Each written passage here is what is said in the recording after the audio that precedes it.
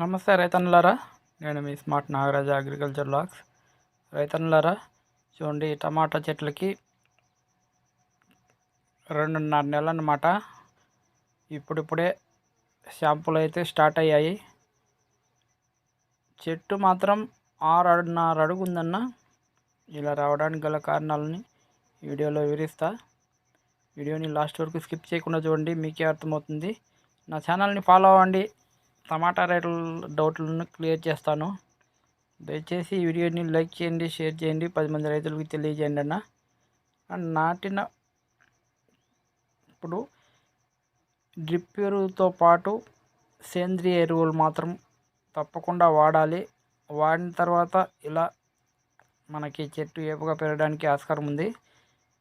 చూడండి, కింద నుంచి పై వరకు సైజులు అయితే సూపర్గా వచ్చాయన్న. 6.5 అడుగు ఉంది. సూపర్ క్రాప్ అయితే వచ్చింది. పూత డ్రాప్ అనేది ప్రసక్తి లేదు, పిండి కూడా డ్రాప్ లేదు. మొత్తం 2 ఎకరాలు సాగు చేశారు రైతు. చెట్టు నిండుగా కాయ ఉందన్న. చూడండి, ద్రాక్ష కాయలు ఎట్లా కాస్తాయో మన తోటలలో అలా కాసింది. నాటినప్పుడు రైతు 19 అంటే 319లో డ్రిప్పుల ద్వారా వదిలాడు. తర్వాత 15 డేస్ తర్వాత తక్షణ అనే ఆర్గానిక్ వదిలి ఇలాంటి గ్రోత్ అయితే చూశాడు. ఎకరాకి 2 వాడుకోవాలన్నా.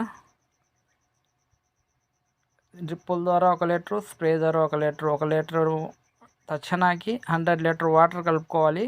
సూపర్ రిజల్ట్ అయితే ఉంటుందన్న. పూత పిందే డ్రాప్ కాదు, సూపర్ గ్రోత్ అయితే ఉంటుంది. దయచేసి నా వీడియోని షేర్ చేయండి. Thank you for watching.